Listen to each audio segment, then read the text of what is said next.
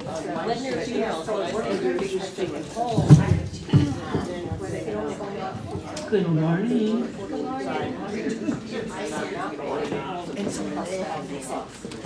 You may have noticed we do not have our musician here today, so we will be music free today. And like I told Cindy, I'd volunteer, but I want you all to stay. Hey, you don't need to go that far. She was clapping. just showing her face. I do not see anybody here for the first time. So we will read our Red Heart Welcome in just a moment. But first we want to recognize the people that make today happen. We have our hospitality team, Laura Ann and Mary Ellen.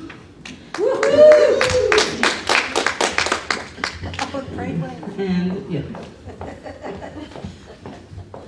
And we have we will have a chaplain of the day, Cindy.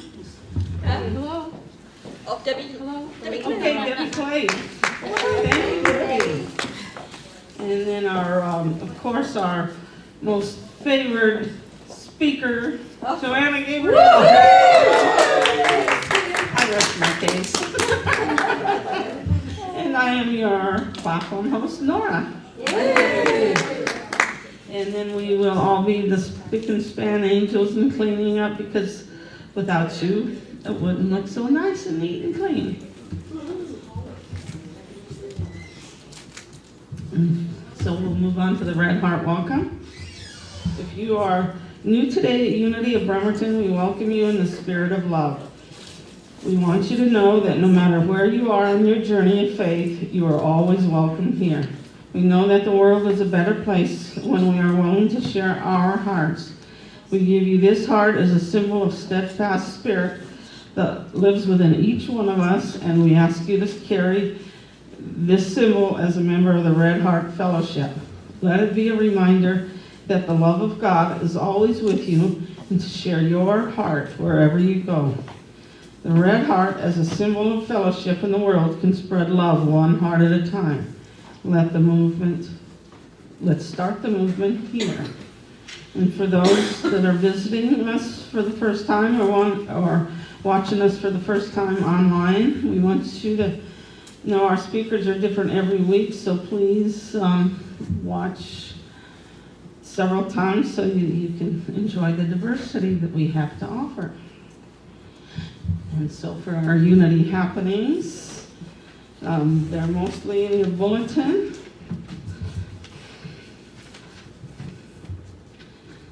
So today we have Joanna. It's entitled Listening to the Heart. Doing that. And then next week on Easter we have a brunch. And then Fran and Michael Gregory will be here with the flower cross and candle lighting. And then in 2 weeks, we will do our end of the month online from Unity of Hawaii with Reverend Tim Lytle. I said that right correctly? With lots of nice music that I picked out myself. And I know that you all know that I'm okay with Mark Stanton Welch music. Really? Yeah, I know, it's a shocker. But we will have some of his and then some other select music. And then on Thursdays, we have our Course in Miracles here at 8 o'clock on Thursdays. No, 7 to 8. And if you have any questions about that, you can see Jamie or Debbie Clay. They're both pretty regular attenders on that. And now we'll light the Christ candle, which represents the Christ light in each of us.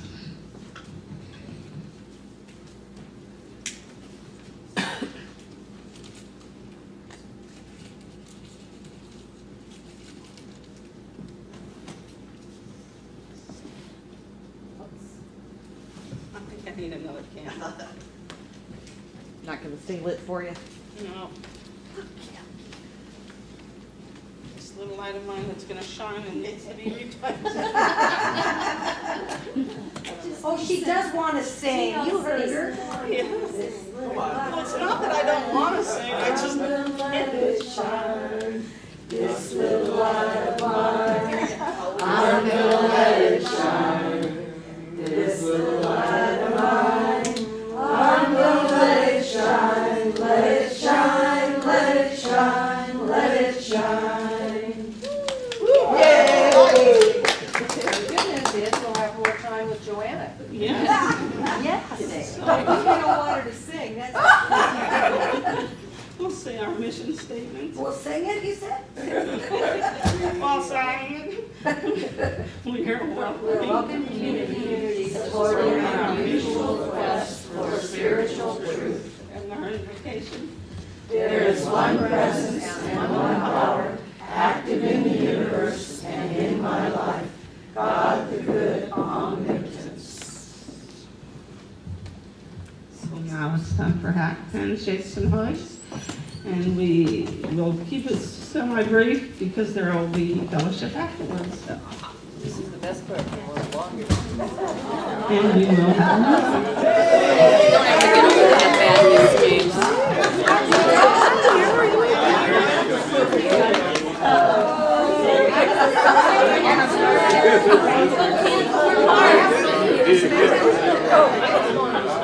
Okay, how are you? Easy. I can't even get a hug. You can sit down. It's okay. We can do merchandise. Well, me too. You too, huh? All right. Or just me? Good.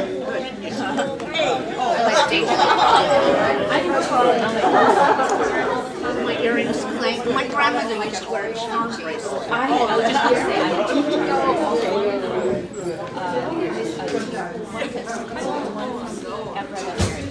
Cool. And my grandma did. And they got like really speaks to me. We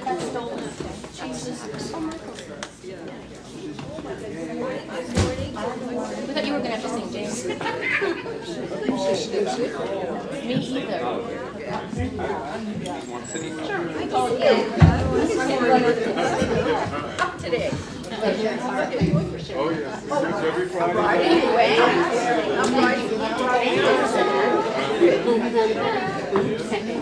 Yeah, because Jamie's sitting here.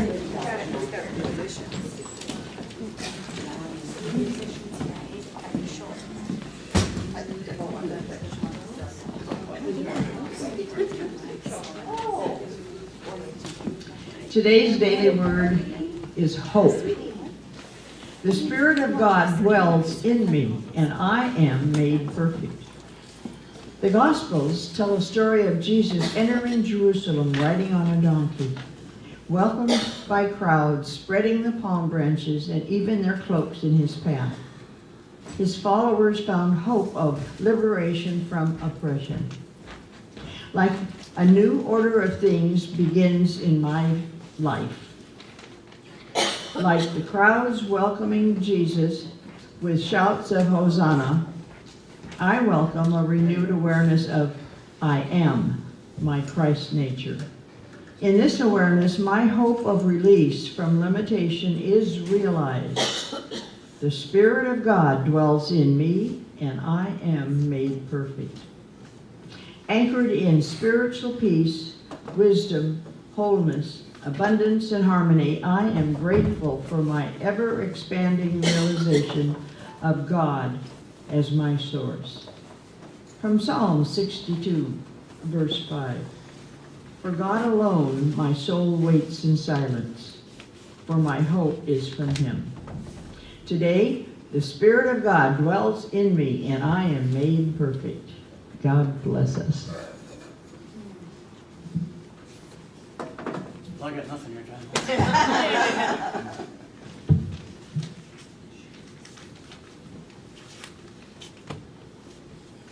Do something else.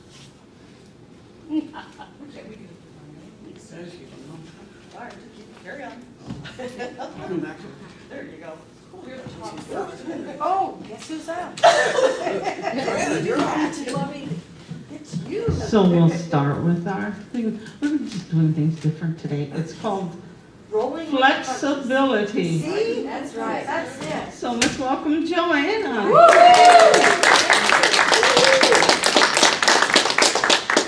just ride the wave this morning. Maybe you stop on the side so not trouble, and I get back. You do whatever you want to do, Michael. We'll just be right here. So you go right ahead. That'll give you time to stop and breathe. That's right. He's suffering from massive embarrassment. Please. It's okay, Michael. It's not okay. We're fine. Everybody, we're good. Aren't we good? We're So just glad you're relax. here. We sang without you, and we need you. It's clear that we I need led you, the last Michael. song, and it was not good. This little light in history. Well, good morning, everyone. Let's just take a deep breath, and this feels like a grown Sunday to me. What do you think? And we might even do some sacred laughter. Let's do some sacred laughter first. Now, we haven't done that for a while. So let's do some sacred laughter. And Michael, if you want to join in, that's fine, because it might feel good to you. It's with you.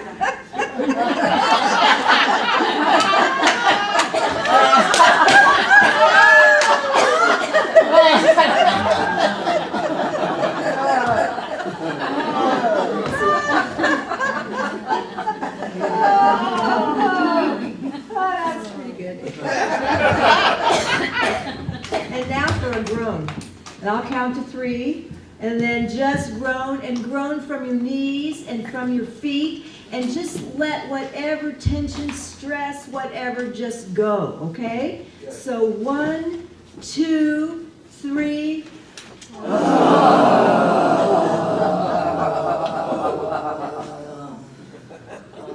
That was pretty good. I think we've got one more though. 1, 2, 3.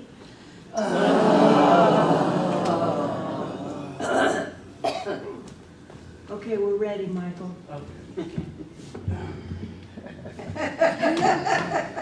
So, don't pay any attention to the little man in the front running around.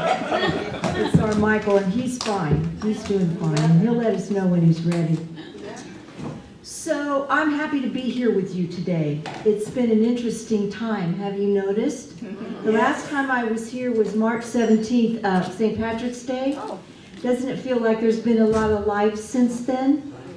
Yeah, it's been pretty intense. And it has been for me too.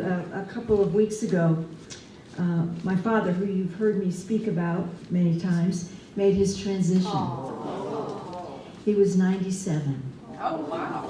Yeah. And so, as you well know, because I've spoken about it often, we had a very difficult relationship. It was tough, always. And but we got into the place where we could enjoy one another, but the way it was comfortable or okay for me to do that is from a distance. And so he was in Ohio, and we talked on the phone almost every day.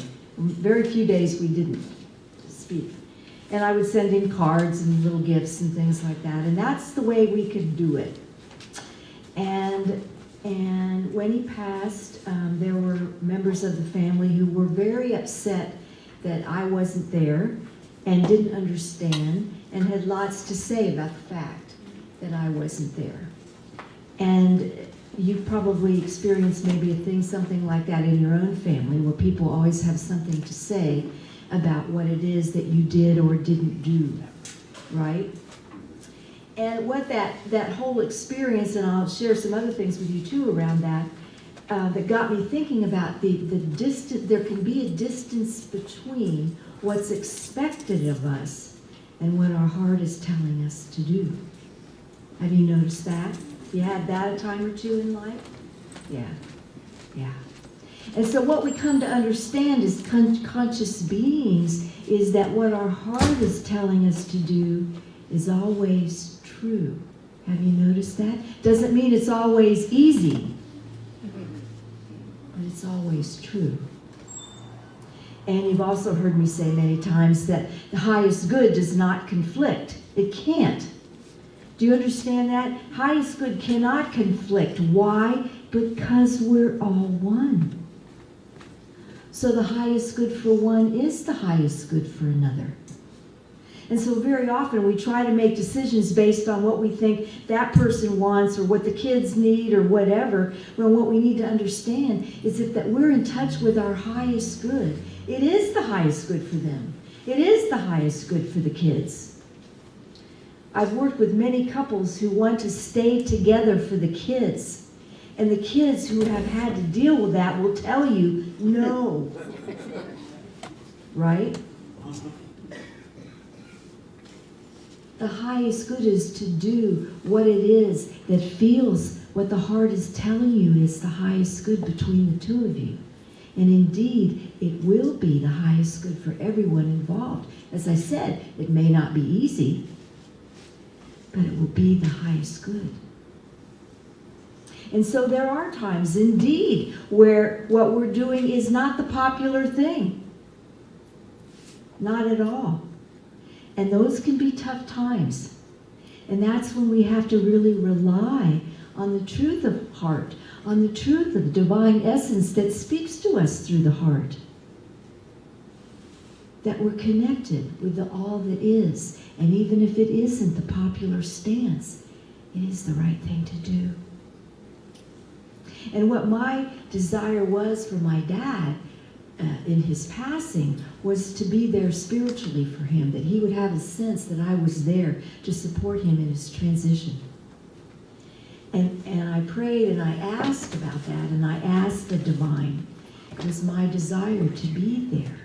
And I would like a confirmation of that, and it was, oh dear one, you were there holding his hand the whole way. And he knew it. And that's all I needed to do. That's all I needed to do.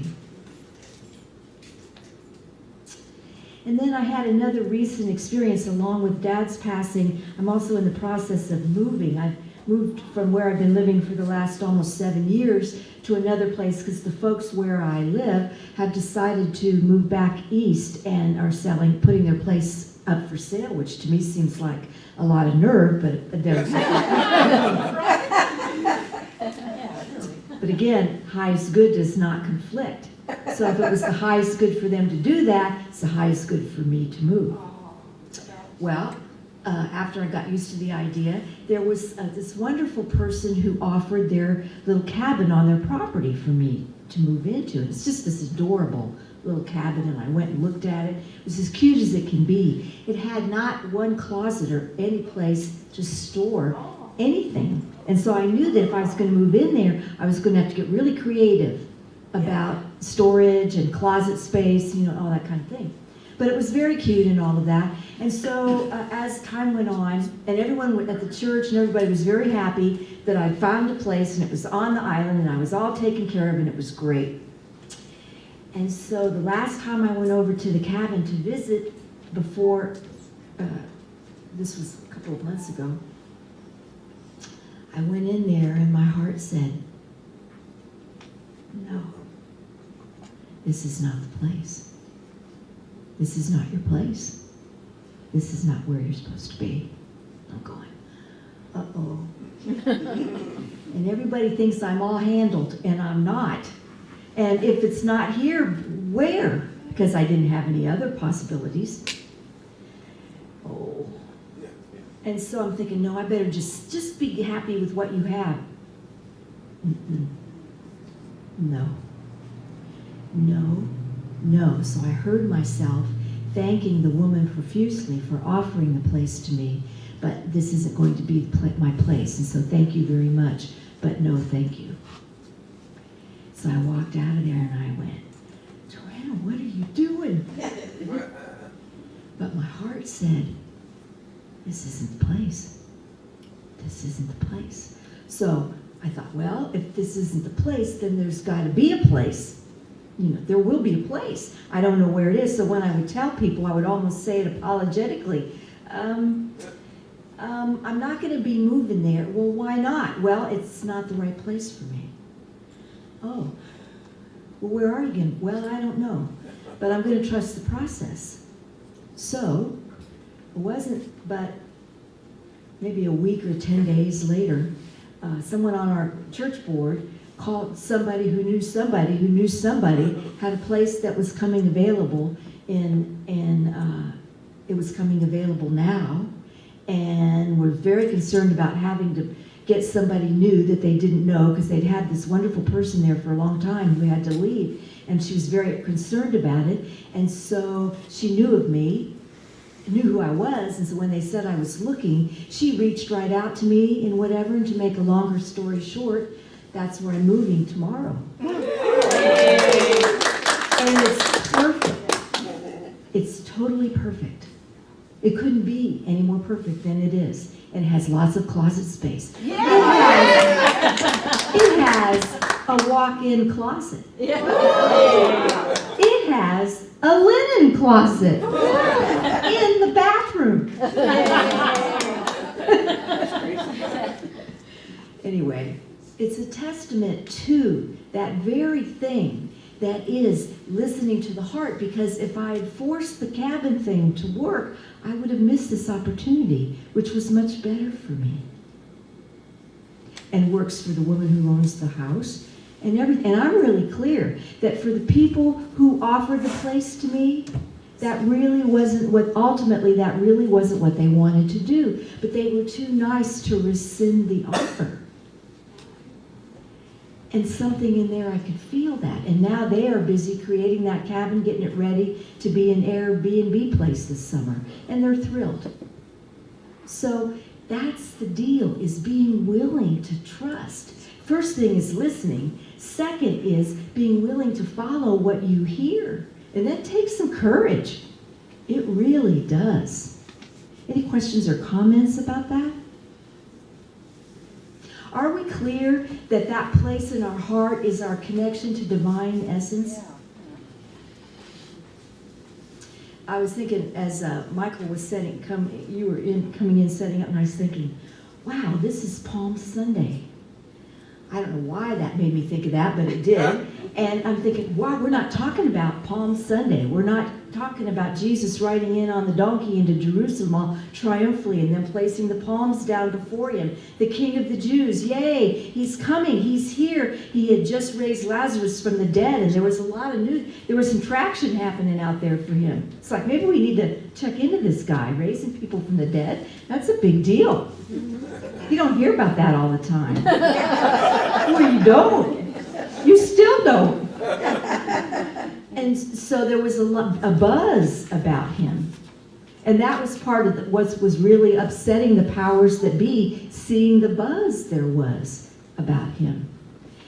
And what Palm Sunday, the experience of Palm Sunday is all about, really does speak to what we're talking about, because it's the distance between following our heart and doing what's expected of us.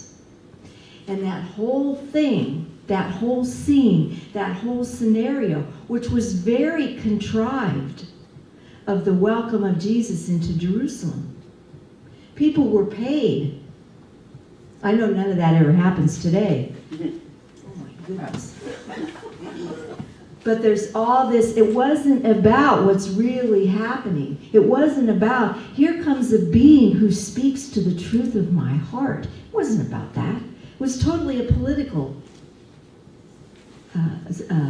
outpicturing event. It was completely political. And in our world today, it's really easy to get caught in the current of what is politically correct, of what is expected of us, of what the crowd is doing, right? And it's more important than ever for us to be willing to look past that and feel past that to what the truth of our heart is expressing, because it may be telling us something very different. And here's my third example. A few years ago, in this very house that I'm moving out of, this is probably 4 or 5 years ago, during the night, all 10 of the smoke alarms started to go off. 10. Oh my goodness sake, I will never forget that. It was the loudest thing I've ever heard. And it was like, oh, and I jumped out of the bed and I go running up the stairs. Is everybody okay? And it turned out that the fire was in my room. It was down there. And so I came running down and I look, and we had one of those you know, those heaters that are inset into the wall. And I looked in there and I could see flames and smoke, and so I quickly, the register part, great thing, it was hot, but I pulled it off, and there's all these flames. And so Jean upstairs called 911, and they said, get out of the house. And so she said, come on, they said to get out of the house, let's get out of the house. And I started to go up the stairs, and I heard this voice, as clear as my voice now, saying, you can do this. You can do this. So I'm, you know, okay, so I run into the kitchen, you know, the retardant, that spray can stuff. And so I go running back with that, and I start spraying in there, and I'm hearing Jean yelling, come on, they said to get out. Come on, get out. But I kept hearing, you can do this, you can do this. And so I sprayed, and the flames went down.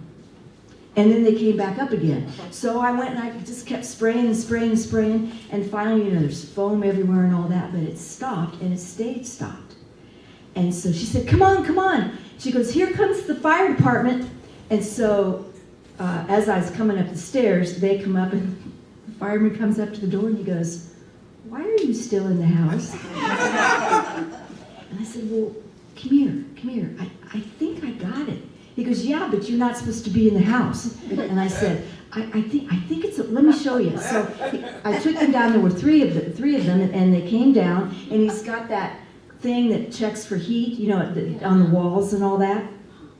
And of course, this is a wood house. This is a log house. And so he's looking at it, and he's looking underneath there, and he's digging around, and he goes behind, and he's going, and he says, you know what?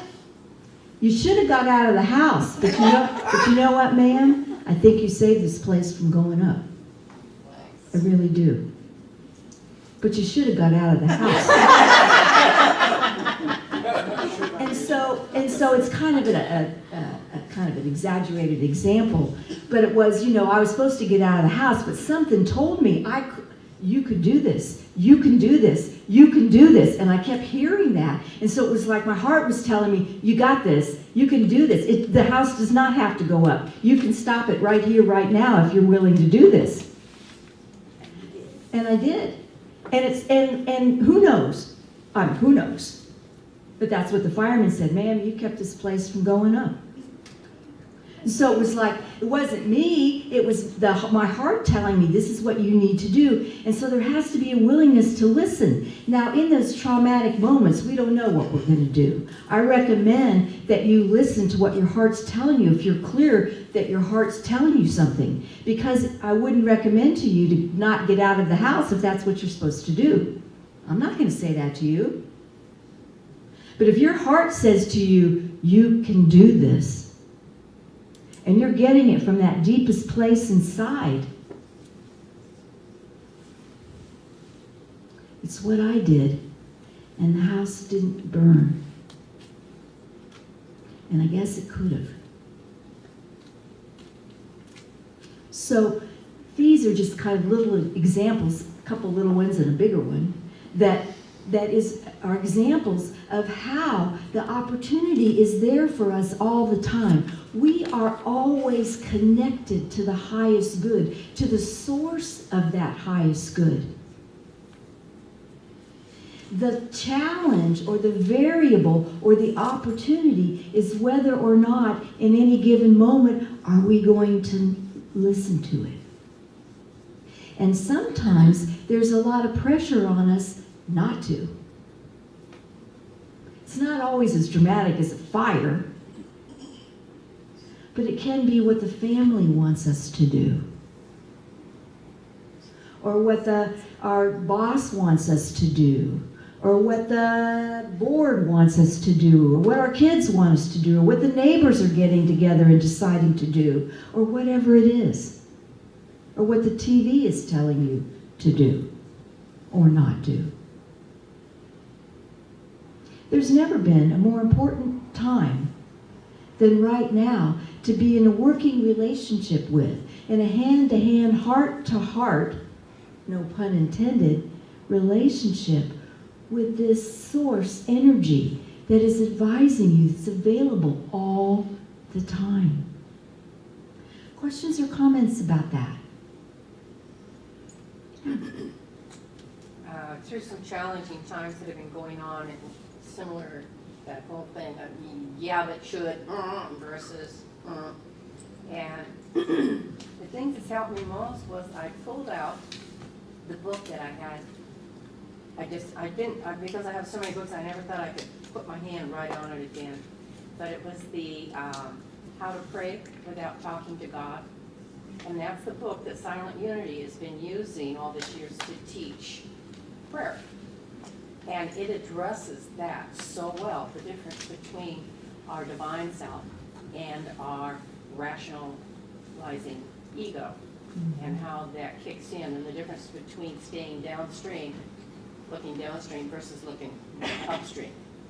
And it's an awesome book that I recommend anybody that hasn't ever had it. But it really, really sets in with exactly what you're talking about. Yeah. And the more we practice connecting to Source in here, the easier it is in a time when something's going on and we really needing clarity to have access to it.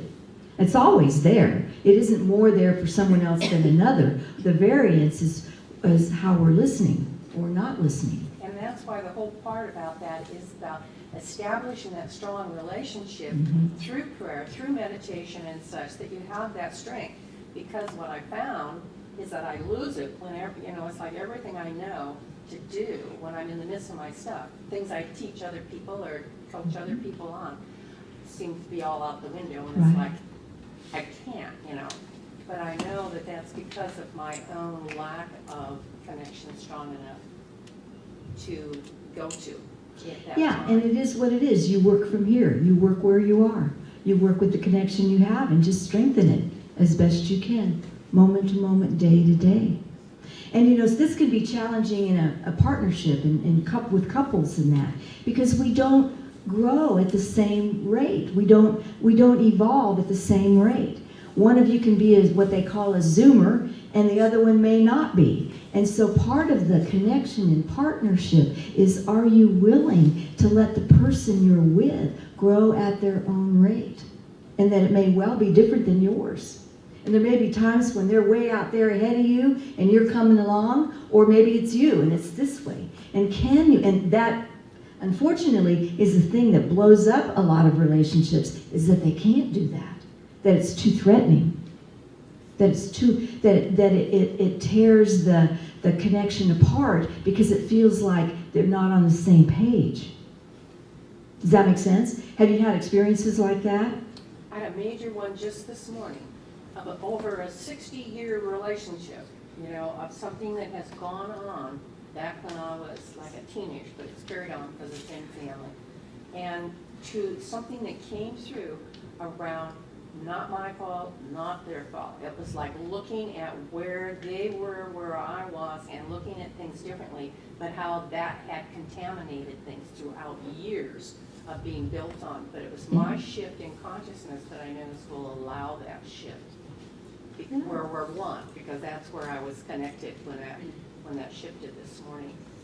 Yeah, and thank you for that. And that's one of the things that can help in a relationship when two people are moving and growing at different rates, is that if we can stay in our heart and trust the process, remember the highest good for me is the highest good for them. And so if we can stay there with it, we can get through it. We can manage through it. When we get back into our heads and our egos or whatever, that makes it really tough. But if we can stay here and speak from here and operate from here as much as possible, it's really helpful to support those different growth spurts that each one has. Because the hardest thing is, this part goes to facts and circumstances we're at, and this is in the unseeable, in the unmanifested. Right. And the thing that we tend to do so often is that when we've got something going on, like the move, like a death of a loved one, like the whatever, emergency, whatever it is, when we've got something going on, very often what we tend to do is to scrunch ourselves down to the size of the circumstance. And that's painful. Yeah.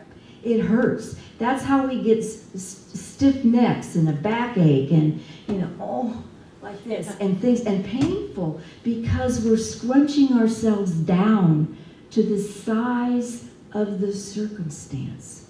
We can't see beyond it. And we get lost in the drama. I know none of you ever done that. But trust me, that happens. We get lost in the drama of it. We don't see past it. We don't encapsulate it with the truth of who we are. Because as soon as we do that, we know that we're more than this circumstance, whatever it is. And that then gives us opportunities for dealing with it. But if we're down to the size of it, it's painful, it's lonely. It's very lonely there. Bless you. And so the opportunity is then, and that can be a really good way to see it and be reminded is, I'm feeling miserable around this. Wow, what I've probably done is scrunched down to the size of this situation. Does that make sense? Questions or comments about that? Can you relate to that?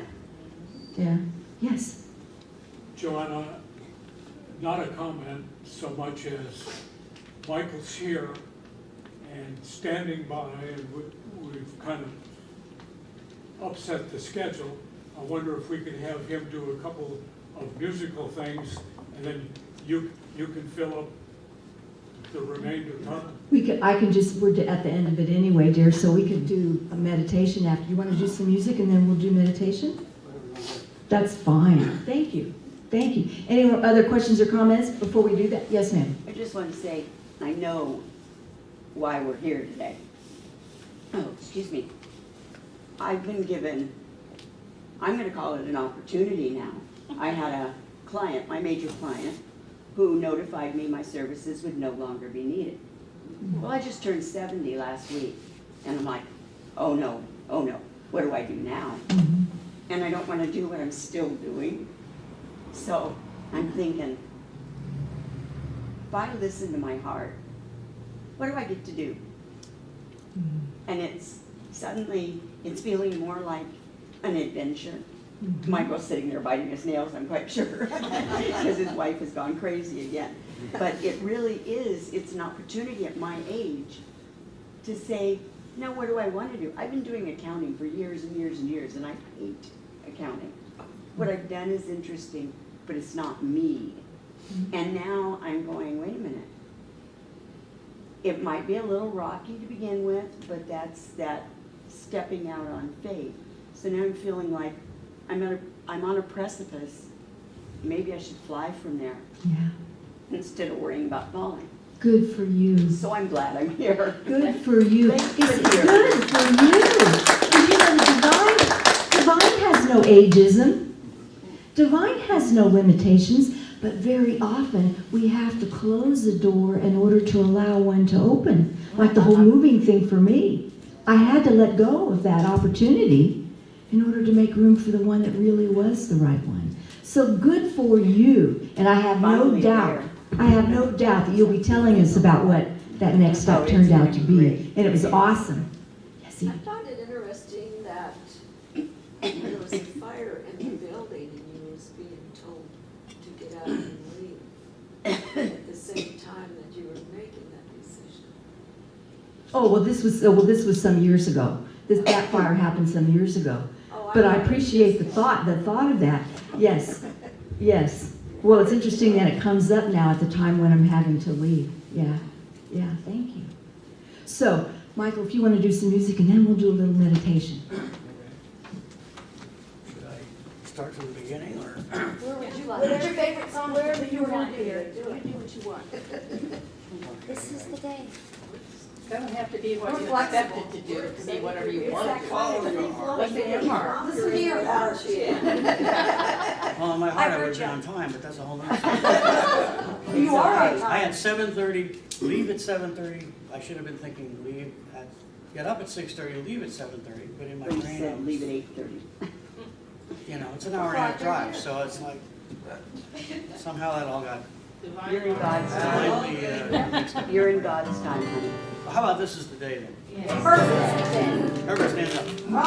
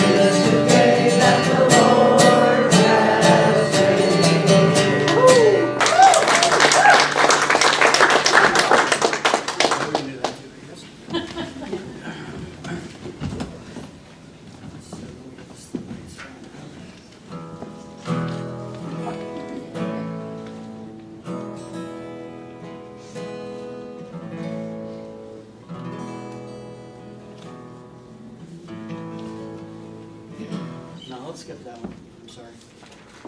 No problem Brain's time. necessary. Nope, no problem. That's Not okay. doing it. Here, why don't we do this? This is what I wanted to do. It's listening to your heart. Lead with your heart. This is a song I wrote. For my wife, actually.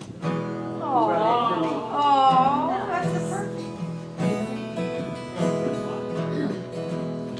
When challenges confront you and chaos rules the day, you don't seem to have the answers and you just can't find your way.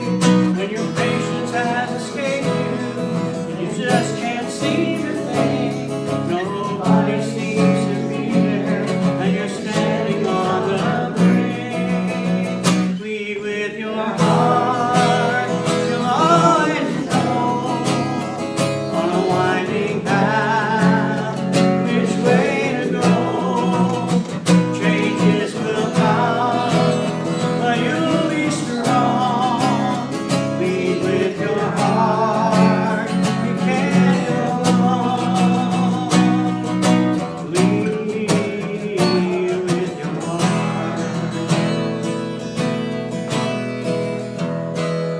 When your rainbow seems to vanish, before you find the end, and all your walls they crumble each time you turn a bend, and your patience will be dismal, and you just can't find a friend, and the rain just keeps on falling, with no rainbows at the end. Lead with your heart, you'll always know on a winding path which way to go. Changes will come and you'll be strong. Lead with your heart, you can't go wrong. Lead with your heart. Lead with your heart. Lead with your heart.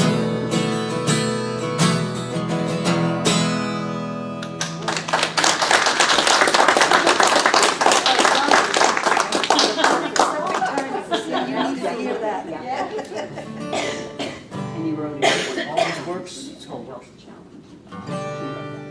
All these works I know, you shall also know. The power within me also lives in you. All the light that shines in me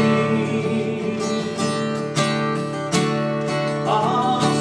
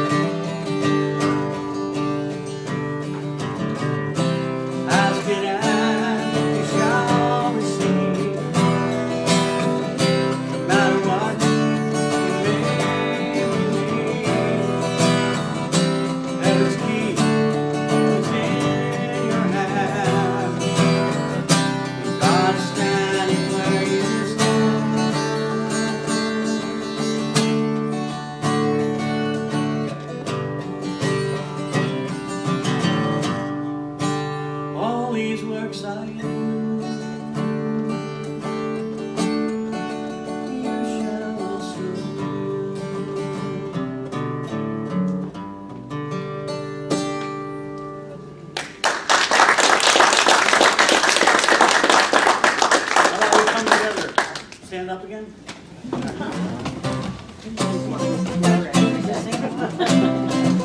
Should be in there. There you go. Take a look at the person next to you. Say, I recognize the God in you. Feel the love in the sanctuary. Now lift your voice and repeat after me. We come together. We come together. We come together. In the name of love, we come together. We come together. We come together. In the name of love. Take a look at the person next to you. Say, God loves you and I love you too. Now feel the love in the sanctuary. Now lift your voice and repeat after me. We come together. We come together. We come together. In the name of love, we come together. We come together. We come together. In the name of love. Every walk of life, every creed and color, in kinship we unite, and honor the God in each other. Take a look at the person next to you. Say, Namaste, I bow to you. Feel the love in the sanctuary. So lift your voice and repeat after me. We come together. We come together. We come together. In the name of love, we come together. We come together. We come together. In the name of love, we come together. We come together. We come together. In the name of love. In the name of love. Name of love.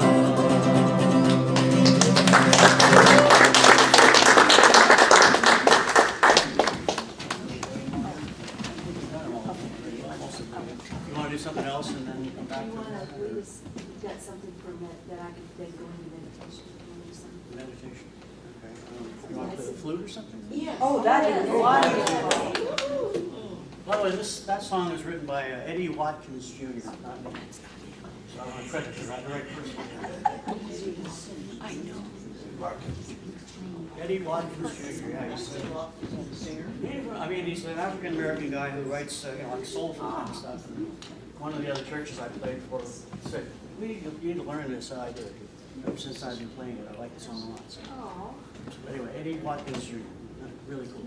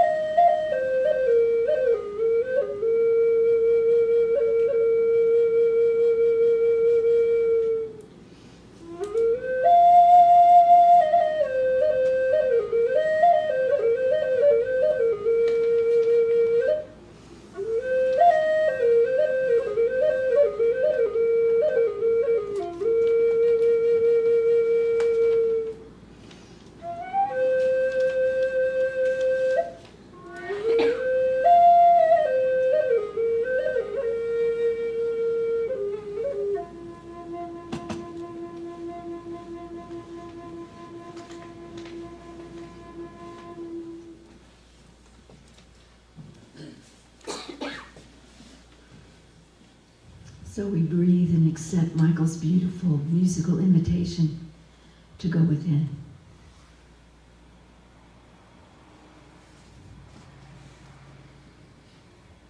We've been speaking about listening to the heart, making connection to the heart, allowing the heart to lead us. Why? Because it's the doors and windows into divine essence.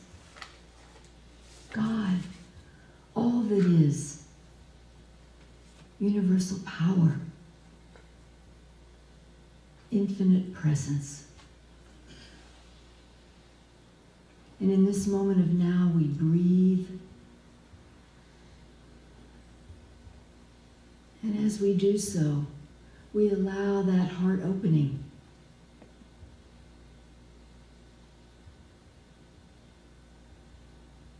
Allow the opening to the all that is. Let it come forth. Invite it forward. Come forth in me, divine love. Fill me to overflowing with thy presence, with thy power, with thy peace.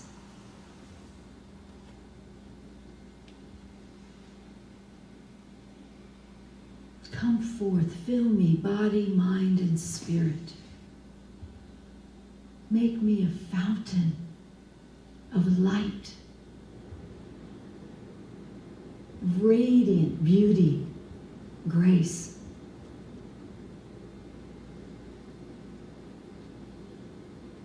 And come forth in and around and permeate everything going on in my life.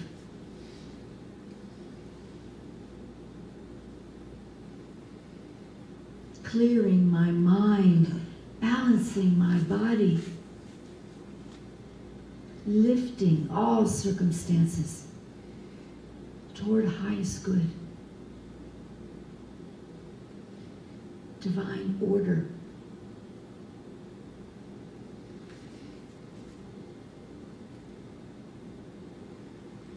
And as I'm filled to overflowing, this radiance bursts forth over the top, out into the community.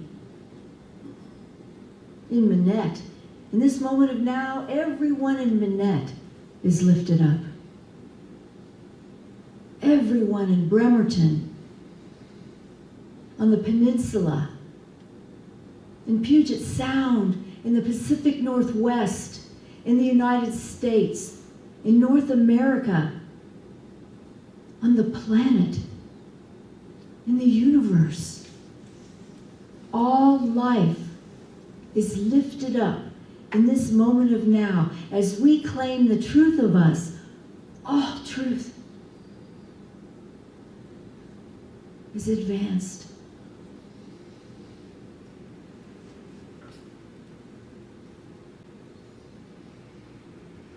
And if there's someone who you know right now who could truly use this reminder, feel free to say their names aloud right now. Candy, Jennifer. Maria.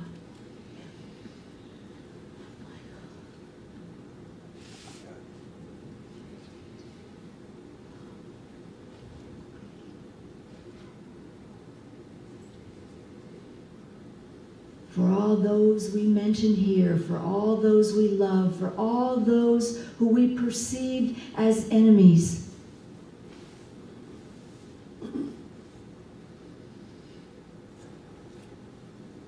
For nature, for wildlife, for the heavens, for the waters, for our environment, and the hearts and minds of all. May we be lifted up and joined in love, in peace, in healing, and divine order, and for the opportunity to be reminded of the truth of us as one We are grateful, and so it is. Amen.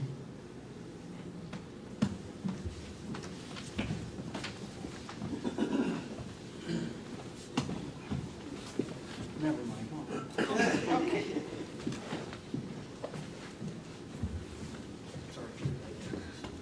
Michael, we want to say thank you because you saved them from me singing again.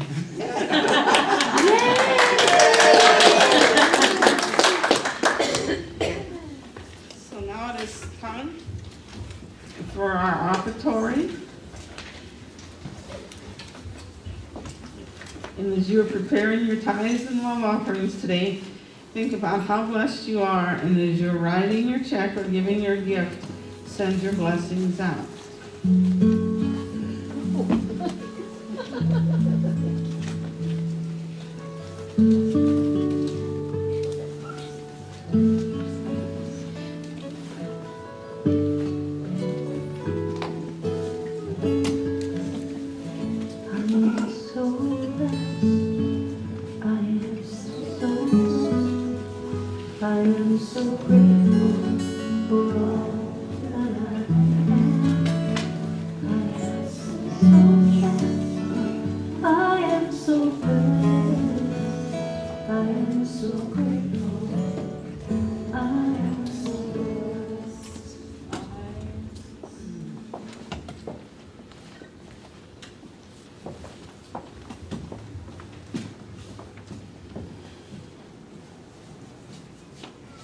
Together.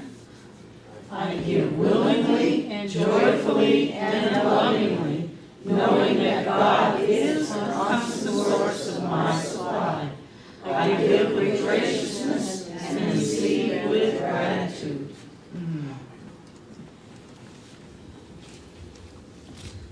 So now it's time for good news. Cindy, what's your good news? Up here. I have an update on Tracy. Tracy had hand surgery this past week. She said the surgery went very well, so now it's time for her healing. So if you want to turn around and say, "Hi, Tracy!" Happy healing! She's watching, so it's all good. So I wanted to share that she's doing well. Yes. Yeah.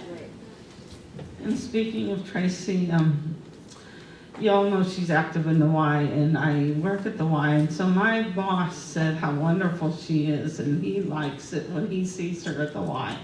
So Tracy, Brandon says hi. Just dropping names, you know. Any other good news? I just have a little story about my daughters. She calls me on the phone, she says, "Mom, somebody's fighting him." She lives in a two-story apartment. She lives in a two-story, my daughter lives in this two up and down apartment, and she calls me up, she says, "Mom, I think there's somebody fighting." I says, "Well, go out in the hallway and see if you can hear where it's coming from."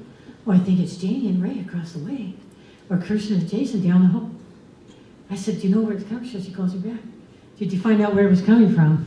So she goes downstairs in the lobby, and she says, "Well, Mom, I think it's coming from the laundry room." So she goes back upstairs. This is 9 o'clock at night. She says, "Mom, it's the construction workers working outside in my Lena complex." And she says, "Mom, I'm trying to go to sleep. Why are they working out here tonight?" I says, "Because they're trying to finish up the outside of the complex." So it was the cutest little story. And she's my special needs adult. She's 38 years old. But sometimes she can be so funny. So that's my story. That's my story for today. And bless her. Oh, yes. I love it when you can share stories with family. I got to talk with my grandkids about important stuff in life, like minding your own business and people in glass houses not throwing stones. So we've you know, the opportunity, when it's time to share them, God provides the opportunity. So now it's time to circle up and sing our peace song.